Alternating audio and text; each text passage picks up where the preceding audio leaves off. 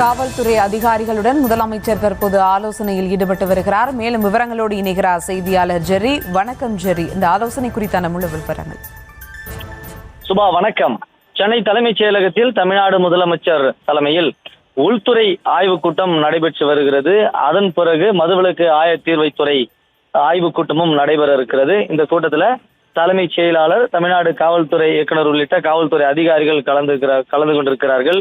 2 நாட்களுக்கு முன்பு அனைத்து மாவட்ட காவல் கண்காணிப்பாளர்களுடன் இணையவழி ஆலோசனை கூட்டம் நடைபெற்ற நிலையில அதில் விவாதிக்கப்பட்ட அம்சங்கள் மற்றும் மாவட்ட வாரியான சட்ட ஒழுங்கு நிலவரம் குறித்து முதலமைச்சர் ஜோசப் விஜய் விரிவாக ஆய்வு மேற்கொள்கிறார். மேலும் தமிழ்நாட்டின் சட்ட ஒழுங்கு நிர்வாக செயல்பாடுகள் மற்றும் காவல்துறையின் செயல்திறன் தொடர்பாக அதிகாரிகளுடன் முதலமைச்சர் ஆய்வு மேற்கொள்கிறார்.